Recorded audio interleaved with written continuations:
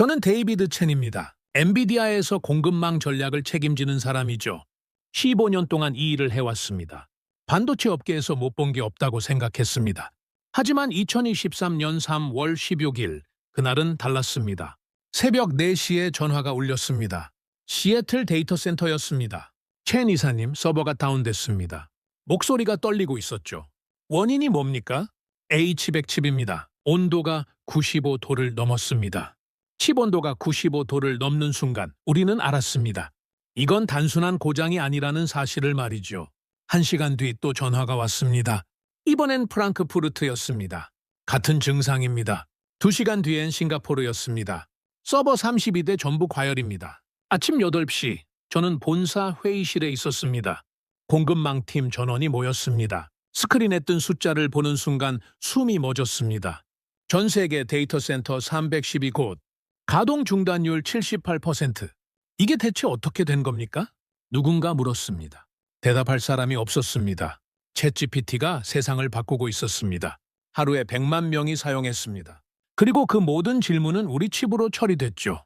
마이크로소프트가 급한 주문을 넣었습니다.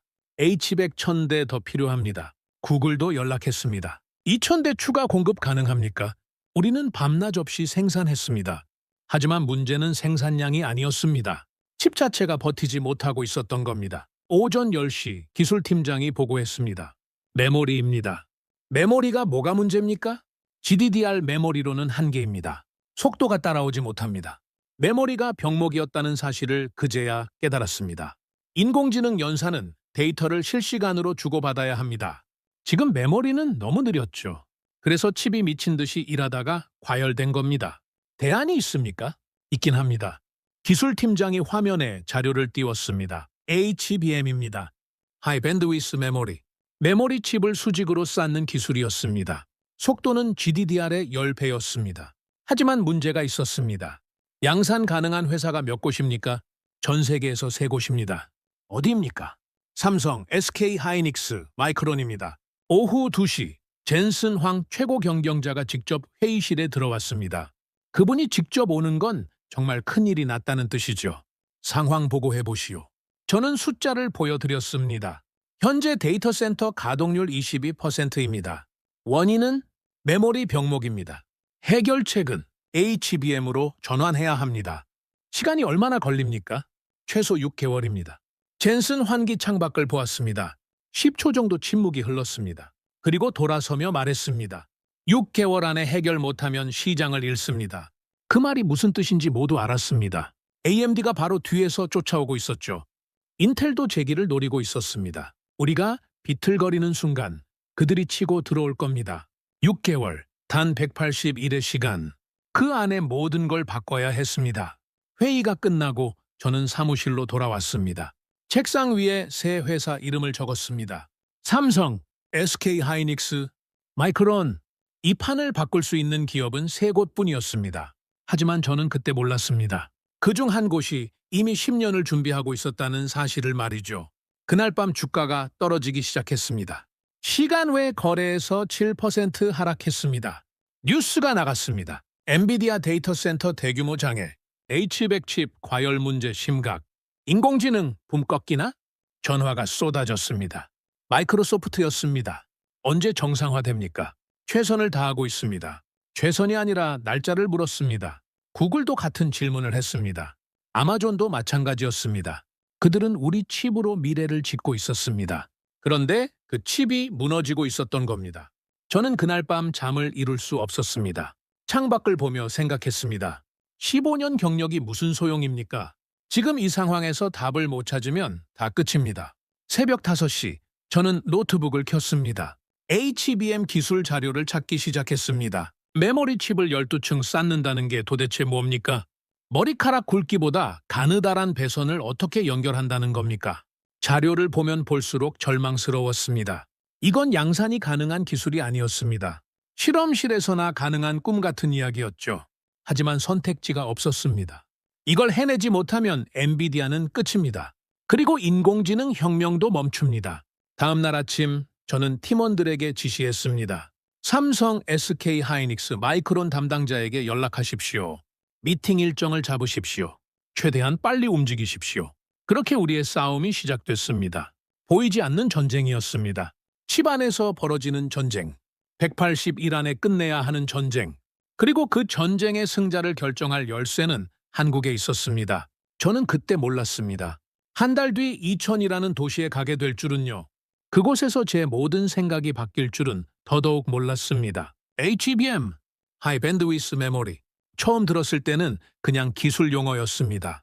하지만 파고들수록 이건 기술이 아니라 도전이었죠. 아니, 어쩌면 광기에 가까웠습니다. 이틀 동안 자료를 뒤졌습니다. 논문, 특허, 학회 발표 자료까지 전부 찾아봤죠. 그리고 알게 됐습니다. 메모리 칩을 12장 쌓는다는 것. 그게 얼마나 미친 짓인지 말입니다. 일반 메모리는 평면입니다. 칩 하나를 옆으로 넓게 펼치는 방식이죠. 간단합니다. 검증된 기술입니다. 하지만 HBM은 달랐습니다. 칩을 위로 쌓습니다. 12층짜리 아파트를 짓는 것과 같았죠. 그런데 각 층이 머리카락보다 얇습니다. 그것은 머리카락 굵기의 배선을 연결하는 일이었습니다. 각 층마다 수천 개의 구멍을 뚫어야 합니다. TSV라고 부릅니다. 관통 실리콘 전극이죠. 그 구멍으로 전기 신호가 오르내립니다. 문제는 정확도였습니다. 단 0.01mm의 오차도 허용되지 않았습니다. 조금이라도 어긋나면 칩 전체가 쓰레기가 됩니다. 3월 22일 기술 검토 회의가 열렸습니다. 엔지니어 15명이 모였습니다. 수석 엔지니어 톰 리가 발표를 시작했습니다. HBM 기술은 크게 세 가지 난관이 있습니다. 첫 번째, 적층 기술. 12개 칩을 쌓으면서 정렬을 맞춰야 합니다. 나노미터 단위 정확도가 필요하죠. 두 번째, 열 관리. 칩이 쌓이면 열이 빠져나갈 곳이 없습니다. 내부 온도가 100도까지 올라갑니다. 세 번째, 배선 연결. TSV 구멍이 10,000개가 넘습니다. 하나라도 불량이면 전체가 작동하지 않죠. 현재 업계 수율이 어느 정도입니까? 제가 물었습니다. 30% 미만입니다. 회의실이 조용해졌습니다. 수율 30%라는 건 무슨 뜻입니까? 10개 만들면 7개는 버린다는 얘기였습니다. 그럼 원가는요? 칩 한 개당 제조 원가가 $800 정도 됩니다.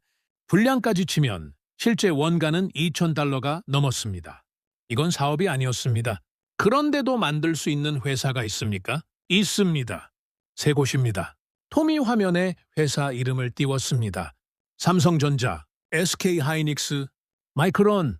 세계에서 세 회사만이 시도하고 있었습니다. 다른 회사들은 이미 포기했죠. 너무 어렵고 너무 비싸고 너무 위험했으니까요.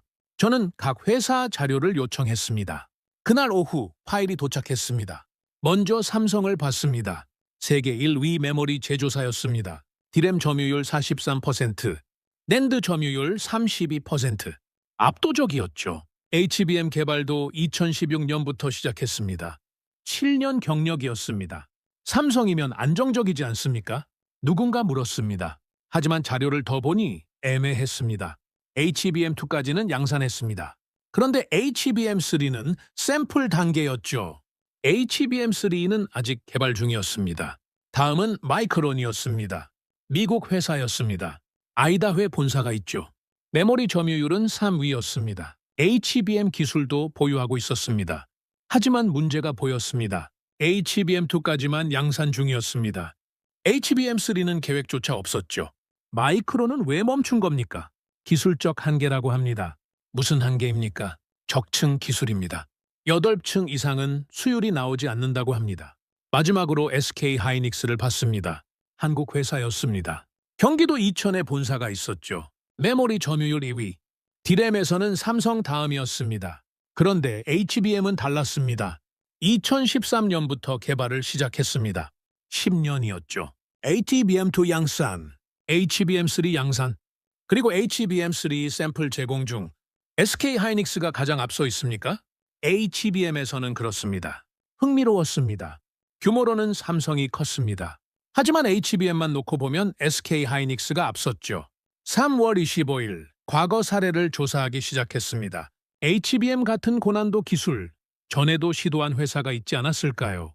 그리고 찾았습니다. 일본 엘피다 메모리. 2000년대 일본 메모리 업계의 자존심이었습니다. NEC, 히타치, 미쓰비시가 합쳐서 만든 회사였죠. 그들도 차세대 메모리 개발에 도전했습니다. 수직 적층 기술이었습니다. 투자액만 3조 엔, 한화로 30조 원이 넘었습니다. 하지만 2012년 파산했습니다. 기술 개발에는 성공했지만 양산에 실패했던 겁니다. 수율이 나오지 않았죠. 불량률이 80%를 넘었습니다. 결국 마이크론에 인수됐습니다. 자료를 읽으면서 등골이 서늘해졌습니다. 30조 원을 쏟아부어도 실패할 수 있다는 겁니까?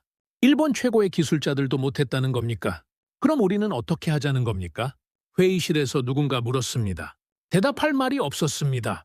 하지만 멈출 수도 없었죠. 3월 28일 스펙 정의 회의가 열렸습니다. 우리에게 필요한 건 HBM3였습니다. 기존 HBM3보다 성능이 50% 높아야 했죠. 속도는 초당 9.8기가비트, 적층은 12층, 발열은 섭씨 70도 이하. 이런 스펙을 만족하는 제품은 세상에 없었습니다. 업계 최초였습니다. 이게 정말 가능한 겁니까? 엔지니어가 물었습니다. 가능하지 않으면 우리가 만들어야 합니다. 젠슨 환기 차갑게 말했습니다. 회의가 끝나고 저는 공급망 팀을 불렀습니다. 삼성, SK 하이닉스, 마이크론에 연락하십시오. 스펙을 보내고 미팅을 잡으십시오. 일주일 안에 답을 받아야 합니다. 팀원들이 움직이기 시작했습니다. 사흘 뒤 답이 왔습니다. 마이크론이 가장 먼저 회신했습니다. 죄송하지만 HBM3는 당사 로드맵에 없습니다. HBM3까지만 공급 가능합니다. 사실상 포기 선언이었습니다. 그들은 더 이상 가지 않겠다는 거였죠. 삼성은 긍정적이었습니다. 스펙 검토 중입니다. 4월 중 미팅 가능합니다. SK 하이닉스도 답했습니다. 샘플 준비 중입니다. 내주 중 방문 가능하십니까? 두 회사가 남았습니다. 삼성과 SK 하이닉스. 둘 다 한국 회사였습니다. 우연이었을까요? 세계에서 가장 어려운 메모리 기술. 그걸 할 수 있는 회사가 한국에 두 곳이나 있었습니다. 저는 그날 밤 한국에 대해 찾아봤습니다. 반도체 산업 역사, 메모리 개발 과정, 투자 규모. 놀라웠습니다. 1980년대만 해도 아무것도 없었던 나라였습니다. 그런데 40년 만에 세계 1위가 됐죠. 어떻게 가능했던 겁니까? 답은 집념이었습니다. 남들이 포기할 때 끝까지 붙잡았던 거였죠. 엘피다가 무너질 때도 한국은 멈추지 않았습니다. 일본이 떠날 때 한국이 들어갔습니다. 그리고 이겼습니다. 4월 첫째 주 출장 일정이 잡혔습니다. 서울과 이천 두 곳을 방문하기로 했습니다. 비행기 표를 예약하면서 묘한 기분이 들었습니다. 기대 반, 불안 반이었죠. 과연 한국이 우리를 살릴 수 있을까요? 아니면 엘피다처럼 무너질까요? 그건 가봐야 알 수 있는 일이었습니다. 짐을 싸면서 생각했습니다. 181. 이미 열흘이 지났습니다. 남은 시간은 171. 시간은 흐르고 있었습니다. 그리고 답은 아직 없었습니다. 4월 10일 인천공항에 도착했습니다. 13시간 비행이었습니다. 피곤했지만 긴장감이 더 컸죠. 다음 날 아침 삼성전자 본사로 향했습니다. 수원 디지털시티였습니다. 건물이 엄청났습니다. 유리와 철골로 된 초현대식 건물들이 끝없이 이어졌죠. 저게 다 삼성입니까? 함께 온 팀원이 물었습니다. 그렇습니다. 규모에 압도당했습니다. 세계 1위는 달랐습니다. 로비에서 안내를 받았습니다. 삼성 메모리 사업부 임원진이 나와 있었죠. 악수를 나눴습니다. 먼 길 오시느라 수고하셨습니다. 초대해 주셔서 감사합니다. 회의실로 안내됐습니다. 벽면 전체가 스크린이었습니다. 테이블은 20명은 앉을 수 있었죠. 프레젠테이션이 시작됐습니다. 삼성 부사장이 직접 설명했습니다. 삼성은 메모리 반도체일 위 기업입니다. 화면에 숫자가 떴습니다. 디램 점유율 43%, 낸드 점유율 32%, 연 매출 70조 원. 압도적이었습니다. HBM도 이미 양산 중입니다. 화면이 바뀌었습니다. HBM2 출하 실적이 나왔죠. 분기당 100만 개 이상이었습니다. HBM3도 곧 양산 들어갑니다. 삼성의 파운드리 기술이 핵심입니다. 파운드리는 칩 제조 기술이었습니다. 삼성은 세계 2위 파운드리 업체였죠. 그 기술을 메모리에 접목했다는 겁니다. 저희는 통합 솔루션을 제공할 수 있습니다. 메모리만이 아니라 칩 설계부터 패키징까지 전부 가능하다는 얘기였죠. 인상적이었습니다. 질문 시간이 왔습니다. HBM3 샘플은 언제 가능합니까? 6월 중입니다. 수율은 어느 정도 예상하십니까? 70% 이상 목표입니다. 자신감이 넘쳤습니다.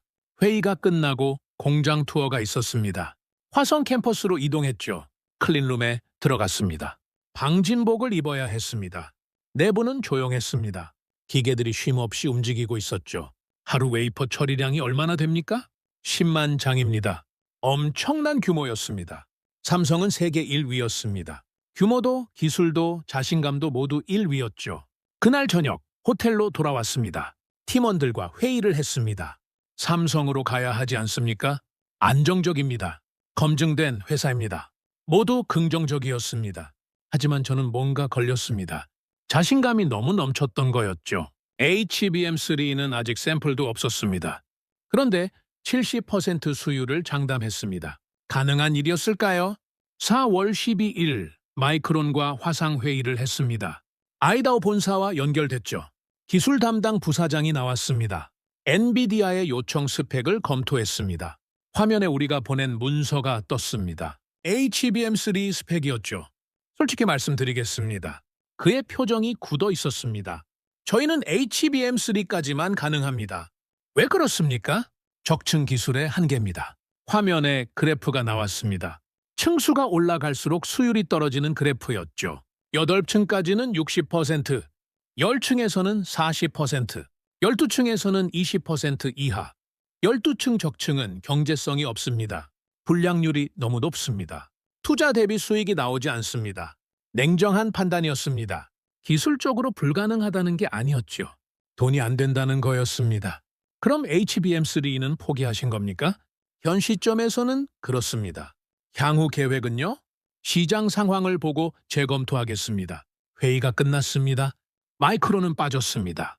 남은 건 삼성과 SK하이닉스였습니다. 4월 15일 이천으로 향했습니다. SK하이닉스 본사였죠. 서울에서 차로 1시간 거리였습니다. 도착하니 분위기가 달랐습니다. 삼성처럼 화려하지 않았습니다. 건물도 조용했죠. 로비에서 담당자를 만났습니다. 어서 오십시오. 악수를 나눴습니다. 삼성과는 달리 임원이 아니라 실무진이 나왔습니다. 회의실로 안내됐습니다. 크지 않았습니다. 10명 정도 앉을 테이블이었죠. 스크린도 하나뿐이었습니다. 프레젠테이션이 시작됐습니다. 하지만 삼성과는 전혀 달랐죠. 저희는 2013년부터 HBM 개발을 시작했습니다. 10년 전이었습니다. 당시엔 시장도 없었습니다. 하지만 미래를 봤습니다. 화면에 연구개발 히스토리가 나왔습니다. 2013년 HBM 1세대 개발 착수, 2015년 HBM2 샘플 생산, 2018년 HBM2 양산, 2021년 HBM3 양산, 2023년 HBM3 개발. 끊임없이 진화했습니다. 멈춘 적이 없었죠. 현재 저희 HBM 시장 점유율은 53%입니다. 삼성보다 높았습니다. 놀라웠습니다. 전체 메모리는 삼성이 1위였죠. 하지만 HBM만 놓고 보면 SK하이닉스가 1위였습니다. 엔비디아가 요청하신 스펙을 검토했습니다. 화면이 바뀌었습니다. 우리 스펙 문서가 떴죠. 가능합니다. 단 3글자였습니다. 하지만 확신이 담겨 있었습니다. 샘플은 언제 제공 가능합니까? 이미 준비되어 있습니다. 이미요? 네. 오늘 가져오셨습니다. 담당자가 가방에서 작은 상자를 꺼냈습니다. HBM3 샘플이었습니다. 삼성은 6월이라고 했습니다. 그런데 SK하이닉스는 이미 가지고 있었던 겁니다. 테스트 결과도 있습니다. 화면에 데이터가 떴습니다. 속도 테스트, 발열 테스트, 안정성 테스트. 모든 항목이 우리 스펙을 만족했죠. 수율은 어떻습니까? 현재 87%입니다. 회의실이 조용해졌습니다. 87%라는 겁니까? 마이크론은 20% 이하라고 했습니다. 삼성은 70%를 목표라고 했죠. 그런데 SK하이닉스는 이미 87%를 달성했습니다. 어떻게 가능합니까? 제가 물었습니다. MRMUF 공법입니다. MRMUF요? Mass Reflow Molded Underfill입니다. 처음 듣는 용어였습니다. 칩과 칩 사이를 접착하는 방식입니다. 기존 방식보다 10배산이 뛰어납니다. 그들은 말이 아니라 데이터를 보여줬습니다. 온도 그래프, 수율 그래프, 분량 분석 자료. 모든 게 구체적이었죠. 화려하지 않았습니다. 하지만 SK하이닉스는 달랐습니다. 그들은 이미 해냈습니다. 말로 설명하는 게 아니라 결과로 보여줬던 거죠. 회의가 끝나고 샘플을 받았습니다. 작은 칩이었습니다. 손톱만 했죠. 하지만 그 안에 12층이 들어 있었습니다. 수천억 개의 트랜지스터가 작동하고 있었습니다. 언제 테스트 결과를 주시겠습니까?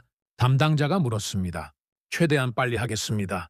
호텔로 돌아오는 길이었습니다. 팀원들과 대화를 나눴습니다. 어떻습니까? 삼성과 완전히 다릅니다. 수율 차이가 이렇게 클 줄은 몰랐습니다. 모두 같은 생각이었습니다. 그날 밤 보고서를 작성했습니다. 본사에 보낼 자료였죠. 삼성전자, 장점 규모, 통합 솔루션, 브랜드, 단점 샘플 미제공, 수율 불확실, SK 하이닉스, 장점 샘플 제공, 높은 수율, 10년 경험, 단점 삼성 대비 작은 규모. 객관적으로 봤을 때 SK 하이닉스가 앞섰습니다. 하지만 본사 분위기는 달랐죠. 삼성이 더 안전하지 않습니까? 세계 1위 기업인데요. 내부 의견이 갈렸습니다. 브랜드를 믿을 것인가? 아니면 기술을 믿을 것인가? 저는 고민에 빠졌습니다. 샘플 테스트를 해봐야 안다고 생각했죠. 4월 20일 샘플을 가지고 캘리포니아로 돌아왔습니다. SK 하이닉스 샘플 10개. 다음 주면 테스트 결과가 나옵니다. 그때 모든 게 결정될 겁니다. 비행기 안에서 생각했습니다. 삼성은 세계 1위였습니다. 모두가 아는 이름이었죠. 하지만 SK 하이닉스는 조용했습니다. 말없이 일했습니다. 그리고 결과를 만들어냈습니다. 과연 어느 쪽이 오를까요? 창밖을 보며 중얼거렸습니다. 답은 숫자가 알려주겠죠. 4월 23일 캘리포니아 산타클라라 엔비디아 테스트 센터였습니다. HBM 샘플 테스트가 시작됐죠. 아침 8시에 도착했습니다. 엔지니어 팀이 대기하고 있었습니다. 샘플 준비됐습니까? 수석 엔지니어 제임스가 물었습니다. 여기 있습니다. SK 하이닉스 샘플 10개를 꺼냈죠. 작은 상자 안에 들어 있었습니다. 이게 전부입니까? 네. 12층 적층입니다. 제임스가 현미경으로 들여다봤습니다. 정말 작습니다. 이 안에 12층이 들어갔다는 겁니까? 그렇다고 합니다. 믿기지 않는다는 표정이었죠. 테스트 장비를 준비했습니다. H100 칩에 메모리를 장착하는 방식이었습니다. 정확히 우리가 실제로 사용할 구성이었죠. 첫 번째 샘플을 장착했습니다. 전원을 켰습니다. 모니터에 숫자가 떠오르기 시작했습니다. 온도, 속도, 전력 소비량. 모든 데이터가 실시간으로 표시됐죠. 정상 작동합니다. 온도는요? 섭씨 63도입니다. 좋았습니다. 우리 목표는 70도 이하였으니까요. 속도 테스트 시작하겠습니다. 제임스가 프로그램을 실행했습니다. 인공지능 학습 데이터를 넣었죠. 실제 챗GPT가 처리하는 것과 동일한 작업이었습니다. 숫자가 올라갔습니다. 초당 9.6 기가비트, 9.7 기가비트, 9.8 기가비트, 9.8입니다. 제임스가 소리쳤습니다. 우리가 요구한 스펙이 9.8이었습니다. 정확히 만족했던 겁니다. 발열은요? 여전히 63도입니다. 놀라웠습니다. 최고 속도로 돌리는데도 온도가 안정적이었죠. 스트레스 테스트로 넘어가겠습니다. 이번엔 72시간 연속 가동이었습니다. 사흘 밤낮을 쉬지 않고 돌리는 겁니다. 실제 데이터 센터 환경과 같았죠. 테스트가 시작됐습니다.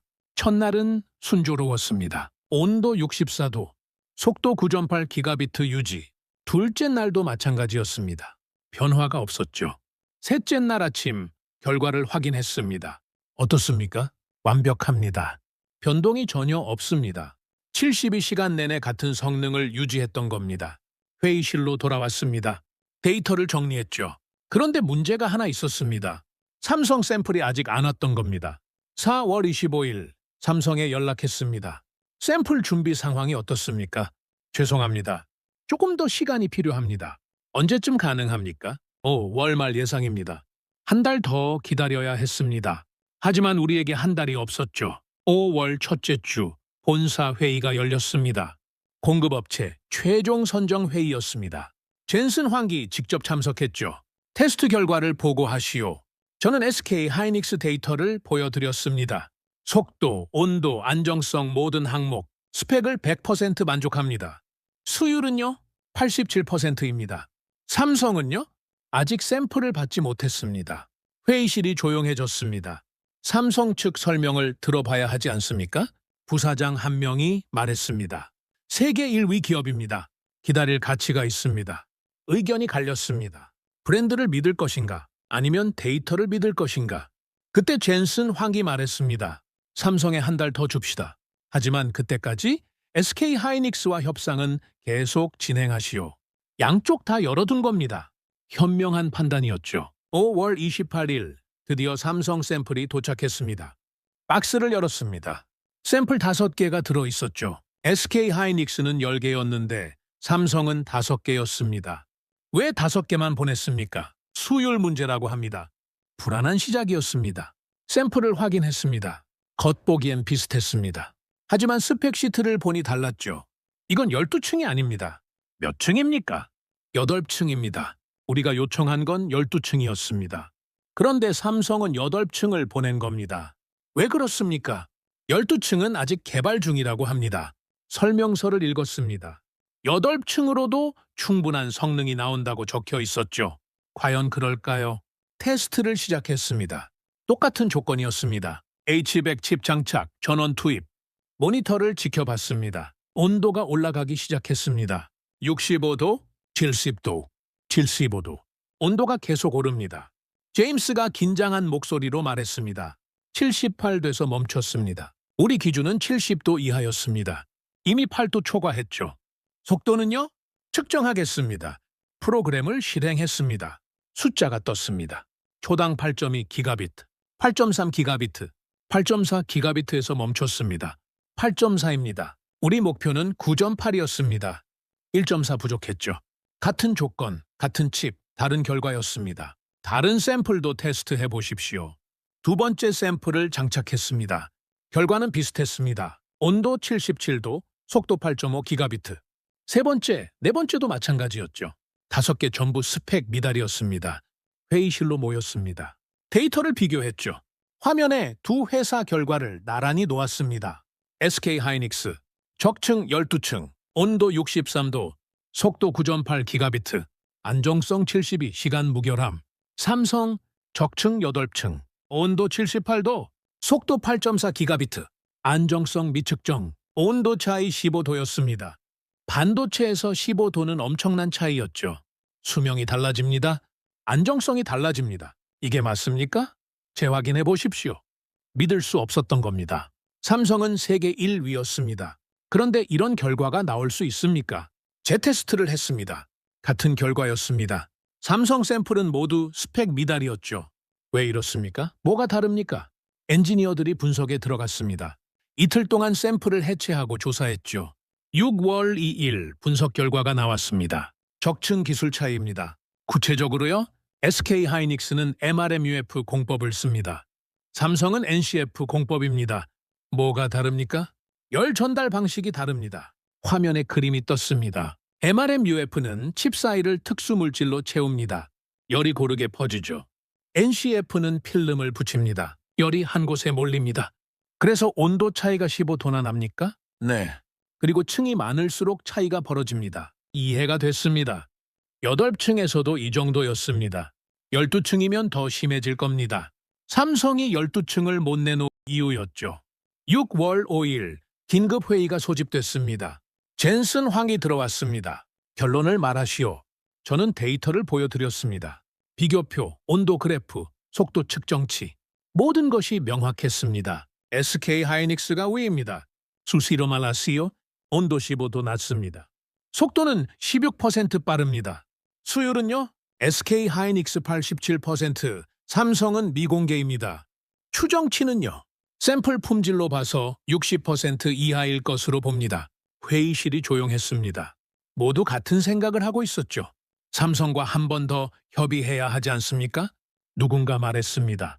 개선 가능성이 있을 수도 있습니다. 젠슨 황기 고개를 저었습니다. 기술 격차는 단기간에 좁혀지지 않습니다. SK 하이닉스는 10년을 준비했습니다. 삼성이 6개월 만에 따라잡을 수 있겠습니까? 아무도 대답하지 못했습니다. 우리에게 남은 시간이 얼마입니까? 제가 물었습니다. 100일입니다. 180일 중 80일이 지났습니다. 남은 시간은 101분이었죠. 결정하겠습니다. 젠슨 황기 일어섰습니다. SK 하이닉스와 본격 협상에 들어가시오. 삼성에는 정중히 감사 인사를 전하시오. 회의가 끝났습니다. 저는 자리에 남아 있었습니다. 화면을 멍하니 바라봤죠. 이건 기술이 아니라 마법이었습니다. 같은 메모리인데 이렇게 다를 수 있습니까? 12층과 8층, 시부드 원두카이 16% 속도 차이. 숫자는 거짓말하지 않았습니다. 그날 저녁 혼자 생각했습니다. 우리는 한국을 잘못 봤습니다. 삼성만 보고 SK 하이닉스를 과소평가했죠. 브랜드에 속았던 겁니다. 진짜 기술은 조용한 곳에 있었습니다. 말없이 10년을 준비한 곳, 화려하지 않지만 결과로 증명한 곳. 그곳이 SK 하이닉스였습니다. 다음 주면 이천에 다시 갑니다. 이번엔 샘플 테스트가 아니었습니다. 본계약 협상이었죠? 비행기 표를 예약하면서 생각했습니다. 이 작은 칩 하나가 세상을 바꿀 것입니다. 인공지능 혁명의 심장이 될 것입니다. 그리고 그 심장은 한국에서 만들어집니다. 6월 12일 다시 인천공항에 도착했습니다. 이번엔 마음이 달랐습니다. 단순한 방문이 아니었죠. 파트너를 만나러 가는 길이었습니다. 다음 날 아침 이천으로 향했습니다. SK 하이닉스 본사였습니다. 지난번과 같은 건물이었죠. 하지만 느낌이 달랐습니다. 로비에서 부사장이 직접 나왔습니다. 어서 오십시오. 악수를 나눴습니다. 초대해 주셔서 감사합니다. 저희야말로 영광입니다. 회의실로 가는 대신 다른 곳으로 안내됐습니다. 오늘은 공장을 먼저 보여드리고 싶습니다. 직접 보고 싶다고 하셨죠. 제가 요청했던 겁니다. 기술의 실체를 눈으로 확인하고 싶었죠.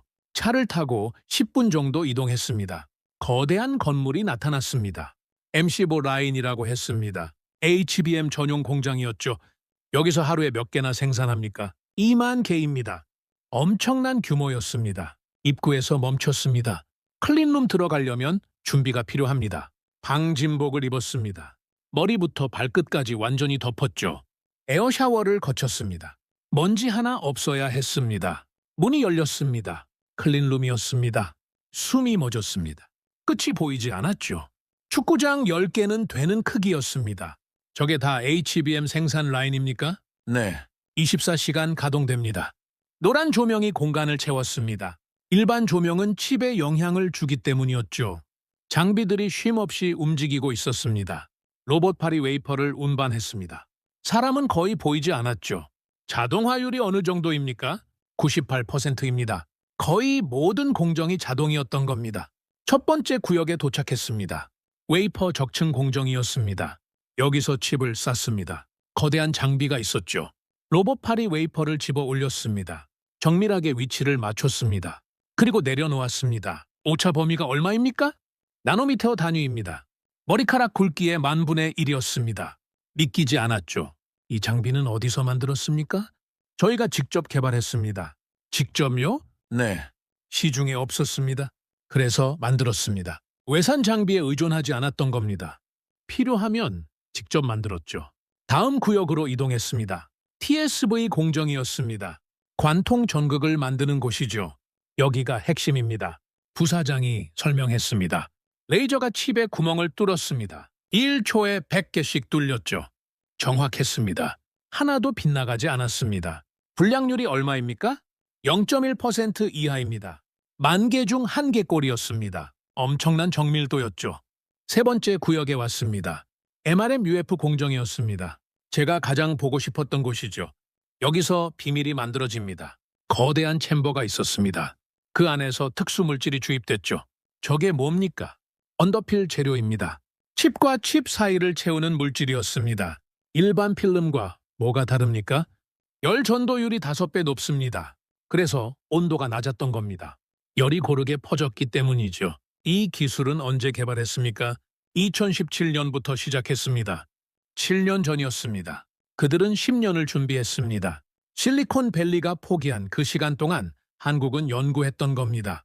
마지막 구역이었습니다. 테스트 라인이었죠. 완성된 칩을 검사하는 곳이었습니다. 모든 칩을 다 검사합니까? 네. 100% 전수 검사합니다. 하나도 빠짐없이 확인했습니다. 불량품이 나갈 수 없었죠. 모니터에 숫자가 떴습니다. 금일 생산량 17,200개, 불량 230개, 수율 87.3%. 정확히 그들이 말한 숫자였습니다. 거짓이 없었던 겁니다. 클린룸을 나왔습니다. 회의실로 돌아왔죠. 자료가 준비돼 있었습니다. 보여드릴 게 있습니다. 부사장이 노트북을 열었습니다. 파일 하나를 띄웠죠. 실패 데이터베이스입니다. 화면에 엑셀 파일이 나타났습니다. 줄이 끝없이 이어졌습니다. 스크롤을 내렸습니다. 100줄, 200줄, 500줄. 끝이 보이지 않았습니다. 이게 다 뭡니까? 저희가 겪은 실패 기록입니다. 몇 건입니까? 2113건입니다. 2113번 실패했다는 겁니까? 각 실패마다 원인과 해결책을 기록했습니다. 파일을 열어봤습니다. 날짜, 공정, 문제점, 원인 분석, 해결 방안, 모든 게 상세했죠. 2013년 5월 23일, 적층 불량. 첫 번째 기록이었습니다. 원인 정렬 오차 3나노미터. 해결 장비 캘리브레이션 알고리즘 개선. 하나하나가 전쟁이었습니다. 2015년 8월 9일, 발열 문제. 원인 언더필 재료 열전 도율 부족. 해결 신규 재료 개발 착수. 3년이 걸렸다고 했습니다. 새로운 물질을 만드는데 3년이 걸렸죠. 2018년 2월 14일, 수율 급락. 원인 TSV 직경 불균일. 해결 레이저 출력 제어 시스템 재설계. 1년 반이 걸렸습니다. 다시 설계하는데 1년 반이었죠. 페이지를 넘기며 읽었습니다. 모든 실패가 기록돼 있었습니다. 숨기지 않았습니다. 부끄러워하지도 않았죠. 왜 이걸 보여주십니까? 제가 물었습니다. 이것이 우리 기술의 증거이기 때문입니다. 부사장이 조용히 말했습니다. 2113번의 실패가 이 한 번의 성공을 만들었습니다. 가슴이 뭉클했습니다. 이건 운이 아니었습니다. 10년간 쌓아온 결과였던 겁니다. 연구원들은 몇 명입니까? HBM 전담 인력이 523명입니다. 평균 근속 연수는요? 12년입니다. 12년이었습니다. 그들은 이 일만 했던 겁니다. 12년 동안 HBM만 연구했죠. 포기하지 않았습니다. 실패해도 다시 일어났습니다. 그리고 결국 해냈던 겁니다. 삼성은 모릅니까? 이 기술을요. 알고 있을 겁니다. 그럼 왜 따라하지 않습니까? 따라할 수 없습니다. 왜 그렇습니까? 10년의 시간은 돈으로 살 수 없기 때문입니다. 맞는 말이었습니다. 기술은 하루아침에 만들어지지 않았습니다. 수천 번의 시행착오, 수백 명의 연구원, 12년의 근속, 이 모든 게 쌓여서 지금의 기술이 됐죠. 양산 준비는 어느 정도입니까? 이미 끝났습니다. 이미요? 네. 작년부터 준비했습니다. 화면에 공장 가동률 그래프가 떴습니다. 현재 95%였습니다. 엔비디아 주문이 들어오면 바로 출하 가능합니다. 증산 여력은요? 내년까지 2배 확장 계획입니다. 치밀했습니다. 기술만 개발한 게 아니었죠. 양산 준비까지 완료했던 겁니다. 우리를 기다렸습니까? 제가 물었습니다. 부사장이 잠시 침묵했습니다. 그리고 천천히 고개를 끄덕였죠. 인공지능 시대가 올 줄 알았습니다. 그때 HBM이 필요할 줄 알았습니다. 그래서 준비했습니다. 10년 전부터 미래를 봤던 겁니다. 아무도 관심 없을 때 시작했습니다. 시장도 없었죠. 수익도 안 났습니다. 하지만 믿었습니다. 언젠가 이 기술이 세상을 바꿀 거라고요. 회의실을 나왔습니다. 건물 밖 벤치에 앉았습니다. 하늘을 올려다봤죠. 마음이 복잡했습니다. 실리콘밸리에서 15년 일했습니다. 최첨단 기술의 중심이라고 믿었죠. 하지만 착각이었습니다. 진짜 혁신은 여기서 일어나고 있었습니다. 조용한 이천의 한 공장에서요. 그날 저녁 호텔로 돌아왔습니다. 보고서를 작성했죠. 본사에 보낼 최종 추천서였습니다. 결론 SK 하이닉스 단독 공급 계약 추천. 근거, 기술 우위, 온도, 속도, 안정성 모든 면에서 최고. 양산 준비 완료, 즉시 출하 가능. 확장 계획 확실, 내년 2배 증산. 10년 경험, 검증된 기술력. 전담 조직, 523명 연구 인력. 리스크 없음. 모든 테스트 통과. 보고서를 보내고 창밖을 봤습니다. 이천 시내가 보였죠. 작은 도시였습니다. 화려하지도 않았습니다. 하지만 여기서 세계가 바뀌고 있었습니다. 보이지 않는 곳에서 한국은 싸우고 있었습니다. 말없이 준비하고 있었죠. 그리고 이기고 있었습니다. 다음 날 아침 본사에서 연락이 왔습니다. 젠슨 황의 메시지였습니다. 계약 진행하시오. 드디어 시작됐습니다. 엔비디아와 SK 하이닉스의 파트너십. 인공지능 시대를 여는 동맹이었죠. 공항으로 가는 차 안에서 생각했습니다. 우리는 한국 없이는 미래를 만들 수 없습니다. H100 칩이 아무리 뛰어나도 메모리 없이는 무용지물이죠. 그 메모리는 이천에서 만들어집니다. 이 작은 도시가 세계 인공지능의 심장입니다. 비행기에 올랐습니다. 창밖으로 한국이 멀어졌죠. 하지만 마음속엔 남았습니다. 2113번의 실패, 12년의 집념, 523명의 연구원, 그들이 만든 기적이 남았습니다. 8월 첫째 주, 캘리포니아로 돌아왔습니다. 본사 분위기가 심상치 않았습니다. 최종 의사결정 회의가 잡혔죠. 8월 9일 오전 10시였습니다. 임원진 전원 참석이었습니다. 회의실에 들어갔습니다. 25명이 앉아 있었죠. 공급망, 기술, 재무, 법무, 모든 부서였습니다. 긴장됐습니다. 오늘 결정이 나면 모든 게 끝났습니다. 10시 정각 문이 열렸습니다. 젠슨 황이 들어왔습니다. 가죽 재킷을 입고 있었죠. 평소와 같았습니다. 하지만 분위기는 달랐습니다. 시작하겠습니다. 그가 자리에 앉았습니다. 자연이사 보고하시오. 저는 자료를 펼쳤습니다. 지난 4개월간의 모든 데이터였죠. 삼성과 SK 하이닉스를 비교 분석했습니다.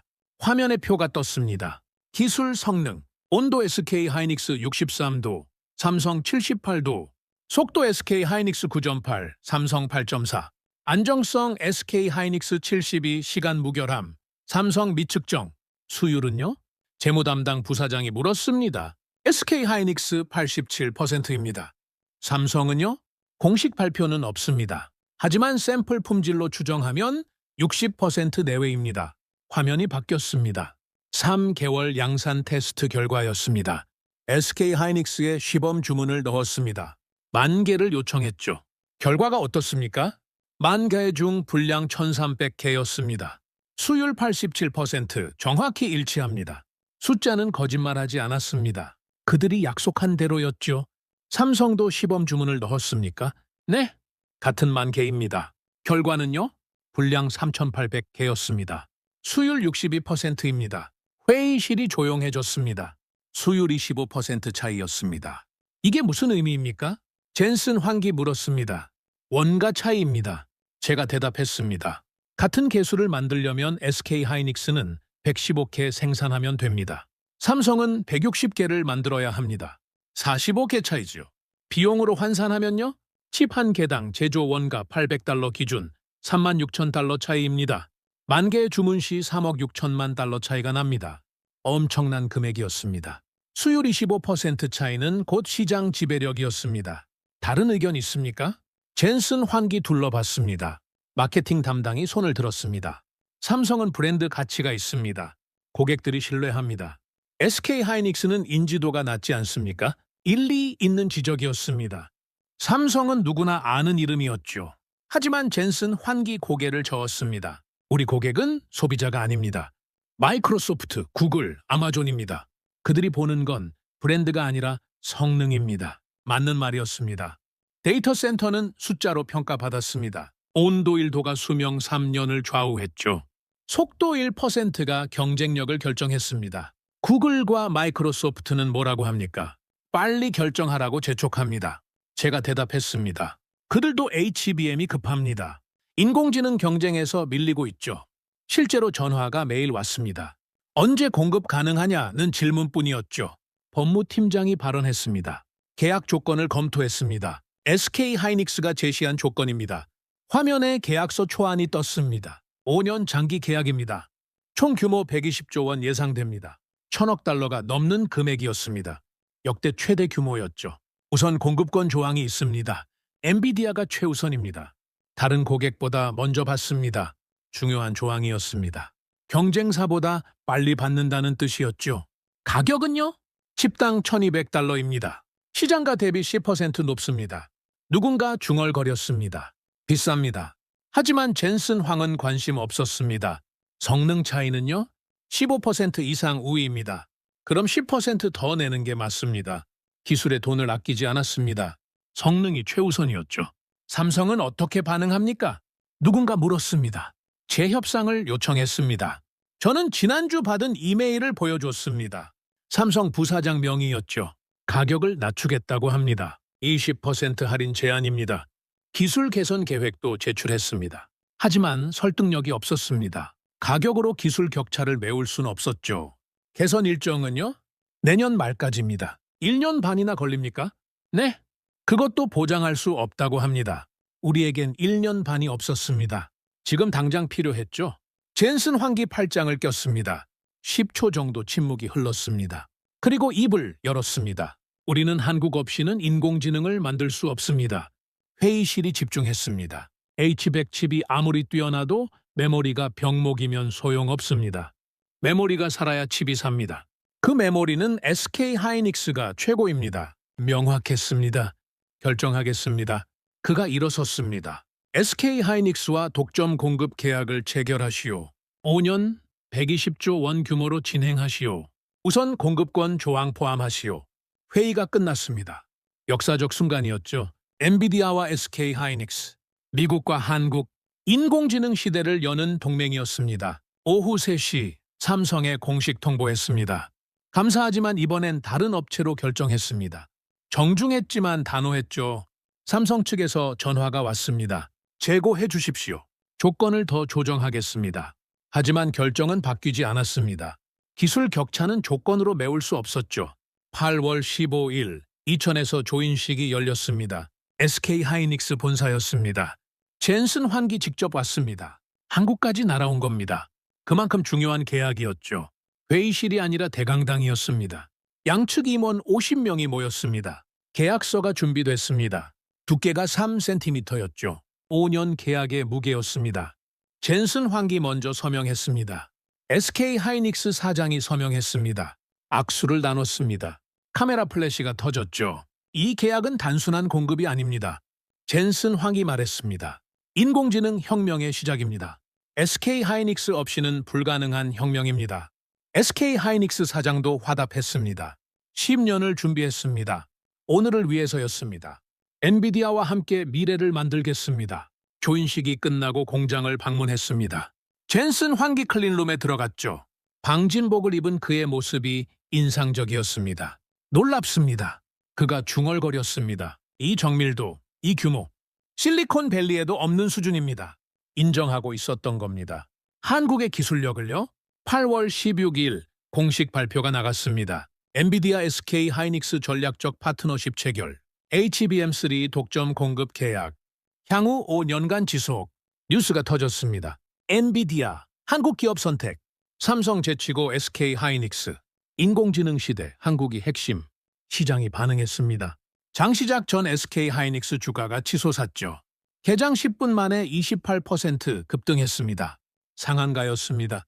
거래량이 폭발했죠. 월스트리트도 움직였습니다. SK 하이닉스 매수 추천, 목표가 30% 상향, 메모리 반도체 새로운 시대, 애널리스트 리포트가 쏟아졌습니다. 저는 본사 사무실에서 뉴스를 봤습니다. CNBC가 특집을 내보냈죠. 한국의 숨은 강자, SK 하이닉스, 10년 준비한 기술, 엔비디아 선택받다. 인공지능 심장은 한국에서 감회가 새로웠습니다. 4개월 전만 해도 몰랐습니다. SK 하이닉스라는 이름도요. 하지만 지금은 달랐죠. 세계가 주목하고 있었습니다. 그날 저녁 팀원들과 축배를 들었습니다. 해냈습니다. 180일 만에요. 3월 16일 시작했습니다. 8월 16일 계약했죠. 정확히 153일이었습니다. 목표보다 빨랐습니다. 이제 시작입니다. 제가 말했습니다. 출하가 시작되면 진짜 승부죠. 다음 달부터 본격 공급이었습니다. 월 10만 개 규모였죠. 모든 게 준비됐습니다. 공장, 물류, 품질 관리 시스템, SK 하이닉스는 만반의 준비를 마쳤습니다. 우리도 준비했죠? H100 생산 라인 증설, 데이터 센터 확장, 고객사 대응 체계, 인공지능 혁명이 시작됐습니다. 그 중심에 한국이 있었습니다. 이천의 한 공장이 세계를 움직이고 있었죠. 창밖을 바라봤습니다. 캘리포니아 하늘이 붉게 물들었습니다. 하지만 제 마음은 이천에 가 있었죠. 그곳에서 지금도 칩이 만들어지고 있었습니다. 24시간 쉬지 않고요. 세계의 미래를 위해서요. 2024년 1월 모든 게 바뀌었습니다. H100 출하량이 폭발했죠. 전 분기 대비 300% 증가였습니다. 믿기지 않는 숫자였습니다. 하지만 현실이었죠. 1월 15일 분기 실적 발표가 있었습니다. 젠슨 황기 직접 나섰습니다. 지난 분기 H100 출하량은 55만 대입니다. 전년 동기 대비 400% 증가입니다. 월스트리트가 들썩였습니다. 주가가 치솟았죠. 하루 만에 15% 올랐습니다. 성공 요인이 뭡니까? 애널리스트가 물었습니다. 메모리입니다. 젠슨 황이 단호하게 말했습니다. SK 하이닉스의 HBM3가 게임을 바꿨습니다. 발열 문제가 해결됐습니다. 이제 칩이 한계 없이 작동합니다. 공개적으로 인정했던 겁니다. 한국 기술의 우수성을요? 저는 본사 회의실에서 지켜봤습니다. 뿌듯했습니다. 4개월 전 결정이 옳았던 거죠. 출하량만 늘어난 게 아니었습니다. 가격도 올랐습니다. H100 한 대당 4만 달러였습니다. 작년엔 2만 5천 달러였죠. 60% 인상이었습니다. 그런데도 주문이 밀렸습니다. 마이크로소프트가 10만 대 주문했습니다. 구글이 8만 대 요청했죠. 메타, 아마존, 테슬라 모두 대기 중이었습니다. 공급이 수요를 못 따라갔던 겁니다. 1월 23일 AMD에서 연락이 왔습니다. 경쟁사였습니다. 미팅이 가능합니까? 부사장명의 이메일이었죠. 무슨 용건입니까? HBM 공급건입니다. 흥미로웠습니다. AMD도 인공지능 칩을 개발 중이었습니다. MI300 시리즈였죠. 엔비디아 추격하고 있었습니다. 하지만 메모리가 문제였던 겁니다. 일주일 뒤 미팅을 했습니다. 샌프란시스코 사무실이었죠. AMD 팀 5명이 왔습니다. 솔직히 말하겠습니다. 그들의 부사장이 입을 열었습니다. 저희도 SK 하이닉스 메모리가 필요합니다. 엔비디아만 쓰기엔 너무 좋은 기술입니다. 연결해 주실 수 있습니까? 웃음이 나왔습니다. 경쟁사가 우리 공급사를 달라는 겁니까? 우리가 독점 계약했습니다. 압니다. 하지만 SK 하이닉스 생산량이 늘고 있지 않습니까? 여유분이 있을 겁니다. 그들도 절박했던 거죠. HBM3 없이는 경쟁이 안 됐습니다. 본사에 보고했습니다. AMD가 접촉해 왔습니다. 어떻게 할까요? 젠슨 황의 답은 명확했습니다. 우리 물량 확보가 최우선입니다. 여유가 생기면 그때 고려하시오. 냉정했습니다. 비즈니스였으니까요. 2월 초 인텔에서도 연락이 왔습니다. SK 하이닉스 소개 부탁드립니다. 세계 1위 CPU 회사였습니다. 하지만 인공지능에서 밀리고 있었죠. 그들도 메모리가 필요했던 겁니다. 한국으로 가는 비행기가 만석이었습니다. 모두 이천으로 가는 사람들이었죠. SK 하이닉스를 만나러요. 세계가 한국을 찾고 있었습니다. 2월 15일 중국 소식이 들렸습니다. YMTC와 CXMT였습니다. 중국 메모리 반도체 회사들이죠. 그들도 HBM 개발 중이었습니다. 어느 정도 왔습니까? 제가 물었습니다. 시장 분석팀이 보고했죠. HBM2 수준입니다. HBM3는요? 샘플 단계입니다. 양산은 아직입니다. 격차가 얼마나 됩니까? 최소 5년입니다. 안심이 됐습니다. 중국이 쉽게 따라올 수 없었던 거죠. 기술 격차가 너무 컸습니다. 10년 준비는 하루아침에 만들어지지 않았죠. 자료를 더 살펴봤습니다. 중국 정부가 투자하고 있었습니다. 반도체 굴기 정책이었죠. 조 단위 돈을 쏟아붓고 있었습니다. 하지만 결과는 신통치 않았습니다. 왜 안 됩니까? 장비 때문입니다. 장비요? 네. HBM 제조 장비는 네덜란드 ASML, 일본 도쿄 일렉트론이 독점합니다. 중국은 구매가 제한됐습니다. 미국 제재였습니다. 첨단 반도체 장비를 중국에 못 팔게 막았죠. 장비 없이는 기술도 무용지물이었습니다. 그럼 자체 개발은요? 시도 중입니다. 하지만 10년은 걸릴 겁니다. 중국의 추격은 당분간 어려웠습니다. 그 사이 한국은 더 앞서갈 겁니다. 2월 25일 삼성 소식이 들렸습니다. 방역을 준비한다고 했죠. HBM3 12단 개발 착수, 2025년 상반기 양산 목표, 보도자료가 나왔습니다. 심상치 않았습니다. 삼성이 움직이고 있었던 거죠? 위협이 됩니까? 본사에서 물어왔습니다. 저는 신중하게 답했습니다. 장기적으론 경계해야 합니다. 삼성의 기술력은 무시할 수 없습니다. 하지만 단기간엔 어렵습니다. 1년 만에 격차를 좁히기는 힘들었죠. SK 하이닉스도 가만히 있지 않았습니다. 차세대 HBM사 개발 중이었죠. 3월 10일 이천을 다시 방문했습니다. 정기 점검 미팅이었습니다. SK 하이닉스 공장 가동률을 확인했죠. 98%입니다. 거의 풀가동이었습니다. 증설 계획은요? 신규 라인 2개 건설 중입니다. 언제 완공됩니까? 올해 하반기입니다. 생산량이 얼마나 늘어납니까? 현재 대비 2배입니다. 준비가 철저했습니다. 수요 증가를 예상하고 있었던 거죠. 회의 중에 재미있는 데이터를 봤습니다. HBM 시장 점유율이었죠. 2024년 1분기 SK 하이닉스 53%, 삼성 40%, 마이크론 7%, SK 하이닉스가 1위였습니다.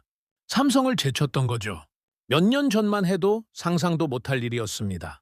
어떻게 가능했습니까? 제가 물었습니다. SK 하이닉스 부사장이 웃었습니다. 집중했습니다. 메모리 전체가 아니라 HBM만 봤죠. 10년 동안요. 선택과 집중이었습니다.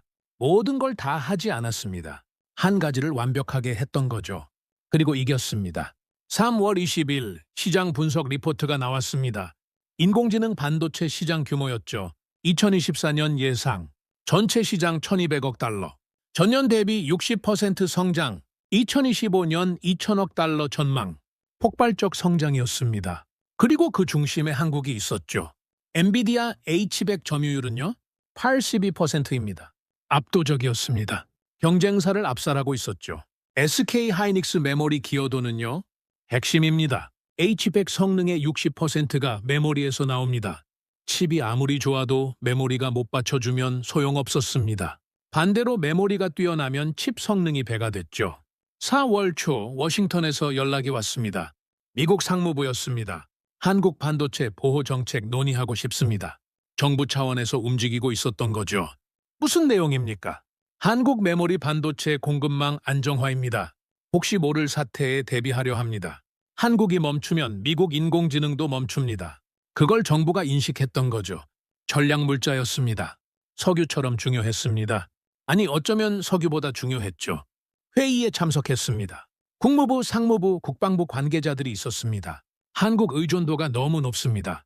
국방부 관계자가 말했습니다. 리스크 분산이 필요하지 않습니까? 어떤 대안이 있습니까?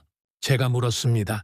미국 내 생산 유치입니다. SK하이닉스 미국 공장 건설을 제한하려 합니다. 현실적이었습니다. 중국 리스크, 지정학적 불안, 미국 땅에 공장이 있으면 안심이었죠. 하지만 쉬운 문제가 아니었습니다. 공장 짓는데 수조 원이 들었습니다. 인력, 인프라 모든 게 필요했죠. 4월 20일 일본에서도 움직임이 있었습니다. 키옥시아와 도시바였죠. 과거 메모리 강자들이었습니다. HBM 재진입 검토, 보도가 나왔습니다. 하지만 회의적이었습니다. 10년 격차를 어떻게 따라잡겠습니까? 엘피다의 전철을 밟을 게 뻔했죠. 5월 첫째 주 본사 전략 회의가 열렸습니다. 공급망 리스크 관리였습니다. 현재 SK하이닉스 의존도 100%입니다. 제가 보고했습니다. 한 달 공급 차질만 생겨도 큰일입니다. 어느 정도 영향입니까? H100 생산 전면 중단입니다. 매출 손실 50억 달러 이상입니다. 회의실이 긴장했습니다. 한국이 멈추면 인공지능이 멈춥니다. 단 한 달 공급 차질만으로도 세계 경제가 흔들릴 수 있습니다. 대안은요? 복수 공급선 확보입니다. 삼성과도 계약해야 합니다. SK하이닉스가 주, 삼성이 부입니다. 현명한 판단이었습니다. 모든 걸 한 곳에 맡기는 건 위험했죠. 삼성 기술 수준은요? 내년이면 따라옵니다. 수율이 70%까진 갈 겁니다. 완벽하진 않지만 대안은 됐습니다. 5월 15일 삼성과 재협상을 시작했습니다. 이번엔 조건이 달랐죠. SK하이닉스 보조 공급선이었습니다. 물량도 적었습니다. 전체의 20%만 할당했죠. 하지만 삼성은 받아들였습니다. 시장에 발을 붙이는 게 중요했으니까요. 6월 초 시장 데이터를 정리했습니다. 놀라운 변화였죠. 1년 전 HBM 시장 20억 달러, SK하이닉스 점유율 45%, 현재 HBM 시장 80억 달러, SK하이닉스 점유율 53%, 시장이 4배 커졌습니다. 점유율도 올랐죠. 매출은 5배 이상 뛰었습니다. 이것이 기술 패권이었습니다. 10년 준비가 만든 결과였죠. 그날 저녁 혼자 생각에 잠겼습니다. 1년 전 이천을 처음 갔을 때가 떠올랐죠. 반신반의했습니다. 한국 회사가 정말 할 수 있을까? 삼성 아니면 안 되는 거 아닐까? 완전히 틀렸습니다. 진짜 기술은 조용한 곳에 있었습니다. 화려하지 않지만 묵묵히 준비한 곳, 10년을 한 우물만 판 곳, 그곳이 승자가 됐던 겁니다. 창밖을 봤습니다. 실리콘밸리 불빛이 보였죠. 하지만 진짜 빛은 이천에서 나고 있었습니다. 보이지 않는 곳에서 한국은 싸우고 있었습니다. 그리고 이기고 있었습니다. 세계가 인정했습니다. 한국 없이는 인공지능 시대가 없다고요. 2024년 12월 1년이 지났습니다. 엔비디아 실적 발표일이었죠. 뉴욕 증권거래소 앞은 기자들로 가득했습니다. 오후 4시 장이 마감됐습니다. 실적이 공개됐죠. 분기 매출 350억 달러. 역대 최고였습니다. 전년 동기 대비 260% 증가였죠. 주가가 폭등했습니다. 시간 외 거래에서 12% 뛰었습니다. 시가총액이 3조 달러를 돌파했죠. 애플을 넘어섰습니다. 세계 1위 기업이 됐던 겁니다. 젠슨 환기 기자회견장에 나왔습니다. 이번 성과는 혼자 만든 게 아닙니다. 그가 말했습니다. 파트너들 덕분입니다. 특히 SK 하이닉스, 그들의 메모리가 없었다면 불가능했습니다. 세계가 듣고 있었습니다. 실리콘밸리가 한국을 인정하는 순간이었죠. 12월 15일, 저는 시애틀로 출장을 갔습니다. 마이크로소프트 데이터 센터 방문이었죠. 애저 클라우드 시설이었습니다. 규모가 어마어마했습니다. 축구장 100개 크기였죠. 건물 안으로 들어갔습니다. 서버들이 끝없이 이어졌습니다. 수만 대가 작동하고 있었죠. 저기 보이십니까? 마이크로소프트 담당자가 가리켰습니다. 검은색 서버들이었습니다. 엔비디아 H100이 들어간 서버였죠. 저 서버들이 챗GPT를 돌립니다. 하루 2억 건 이상 처리합니다. 가까이 다가갔습니다. 서버 문을 열었죠. H100 칩이 보였습니다. 그리고 그 옆에 작은 칩들이 있었습니다. HBM 메모리였습니다. 전부 SK 하이닉스 제품입니까? 네, 100%입니다. 한국산 메모리로 가득한 서버였습니다. 그 서버가 세계를 바꾸고 있었죠. 사람들의 질문에 답하고, 논문을 쓰고, 코드를 작성하고, 미래를 설계하고 있었습니다. 한 달에 몇 개나 교체합니까? 교체하지 않습니다. 고장이 안 납니까? 거의 없습니다. SK 하이닉스 메모리는 안정적입니다. 신뢰도가 그만큼 높았던 거죠. 데이터 센터를 나오며 생각했습니다. 이천의 한 공장이 세계를 움직입니다. 보이지 않는 곳에서 한국은 싸우고 있었습니다. 그리고 이기고 있었습니다. 12월 20일 SK 하이닉스에서 연락이 왔습니다. 중요한 제안이 있습니다. 화상회의를 잡았죠. 부사장이 나왔습니다. 차세대 HBM사 개발을 시작합니다. 화면에 스펙이 떴습니다. 속도는 HBM3의 2배였습니다. 적층은 16층까지 가능했죠. 발열은 더 낮아졌습니다. 언제 양산 가능합니까? 2026년 상반기 목표입니다. 공동 개발을 제안하고 싶습니다. 공동 개발요? 네. 엔비디아와 함께 설계부터 시작하고 싶습니다. 칩과 메모리를 동시 설계하는 겁니다. 혁신적이었습니다. 지금까지는 칩을 먼저 만들고 메모리를 맞췄죠. 하지만 이젠 처음부터 함께 설계하자는 겁니다. 최적화의 극한이었습니다. 좋습니다. 진행하시죠. 본사에 보고했습니다. 젠슨 황도 동의했죠. 한국과 함께 미래를 만듭시다. 그의 말이었습니다. 2025년 1월 초 워싱턴에서 발표가 있었습니다. 백악관 브리핑이었죠. 한국 반도체 보호 정책 발표. 국가안보보좌관이 나왔습니다. 한국 메모리 반도체는 미국 안보의 핵심입니다. 공급망 안정화를 위해 특별 조치를 취합니다. 구체적 내용이 발표됐습니다. SK 하이닉스 미국 공장 건설 지원, 연방정부 보조금 100억 달러, 세제 혜택 10년, 한국은 우리의 전략적 파트너입니다. 메모리 반도체에서 한국의 리더십을 지지합니다. 미국 정부가 공식 인정했던 겁니다. 한국 기술의 중요성을요. 1월 15일 다시 이천을 방문했습니다. 1년 만이었죠. 공항에서 차를 타고 이동했습니다. 창밖 풍경을 봤습니다. 작년과 똑같았습니다. 조용한 도시였죠. 화려하지 않았습니다. 하지만 이 도시가 세계를 먹여 살리고 있었습니다. SK 하이닉스 본사에 도착했습니다. 부사장이 반갑게 맞았습니다. 1년 만입니다. 많이 바뀌었습니까? 보여드리겠습니다. 신규 라인으로 안내됐습니다. M17 라인이었죠? 지난번보다 2배 컸습니다. 올해 상반기 가동 시작합니다. 생산량이 얼마나 늘어납니까? 현재 대비 2.5배입니다. 준비는 끝나 있었습니다. 수요 폭발을 대비하고 있었던 거죠. 회의실로 돌아왔습니다. 차를 마시며 이야기를 나눴습니다. 힘들지 않습니까? 제가 물었습니다. 전 세계가 당신들만 쳐다보는데요. 부사장이 웃었습니다. 힘들죠. 하지만 자랑스럽습니다. 우리 기술자들이 세계를 바꾸고 있습니다. 그게 얼마나 큰 의미인지 아십니까? 목소리에 자부심이 묻어났습니다. 당연했습니다. 12년을 한 우물만 팠습니다. 2113번 실패했습니다. 포기하지 않았죠. 그리고 결국 해냈습니다. 세계가 인정하는 기술을요. 연구원들은 어떻습니까? 자부심이 대단합니다. 작년에 지원자가 10배 늘었습니다. 젊은 인재들이 오고 싶어 합니다. 선순환이었습니다. 성공이 인재를 끌어들였고 인재가 또 다른 성공을 만들었죠. 회의실 창밖을 봤습니다. 공장이 보였습니다. 연기가 피어오르고 있었죠. 24시간 쉬지 않고 돌아갔습니다. 세계의 미래를 만들면서요. 고맙습니다. 제가 말했습니다. 무엇이요? 우리를 살려줘서요? 작년 3월 우리는 절망했습니다. 칩이 과열로 무너졌을 때요. 당신들이 답을 줬습니다. 부사장이 고개를 저었습니다. 우리도 고맙습니다. 엔비디아가 우리를 믿어줘서요. 삼성이 아니라 우리를 선택해줘서요. 그 믿음이 우리를 여기까지 오게 했습니다. 서로가 서로를 살렸던 겁니다. 파트너십의 진정한 의미였죠.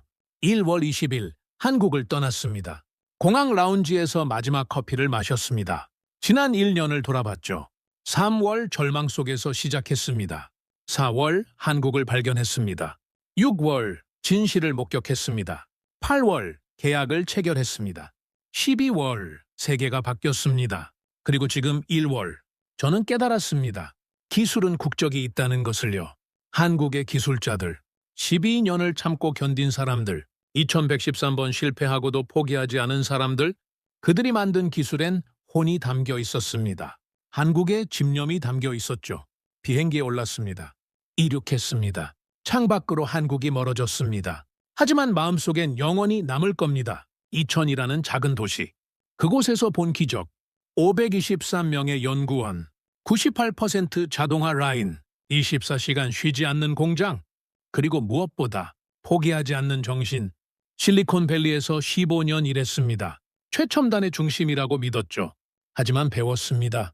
진짜 혁신은 화려한 곳에 있지 않다는 것을요.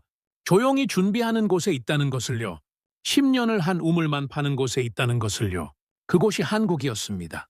캘리포니아에 도착했습니다. 사무실로 출근했죠. 책상 위에 SK 하이닉스 메모리 샘플이 놓여 있었습니다. 작년 4월에 처음 받았던 그 샘플이었죠. 손에 들었습니다. 손톱만 한 크기였습니다. 하지만 그 안에 세상이 들어 있었습니다. 10년의 시간, 2113번의 실패, 523명의 땀, 그리고 한국의 자존심. 이것이 진짜 국력입니다. 군사력이 아닙니다. 경제 규모도 아닙니다. 기술입니다. 세계가 없어서는 안 될 기술. 한국만이 만들 수 있는 기술. 그것이 진정한 힘입니다. 창밖을 봤습니다. 실리콘밸리가 보였죠. 테슬라, 구글, 메타, 애플 모든 회사가 움직이고 있었습니다. 인공지능 시대를 향해서요. 하지만 그들 모두가 알고 있었습니다. 한국 없이는 한 발짝도 못 간다는 것을요. 이천의 한 공장이 세계를 움직입니다.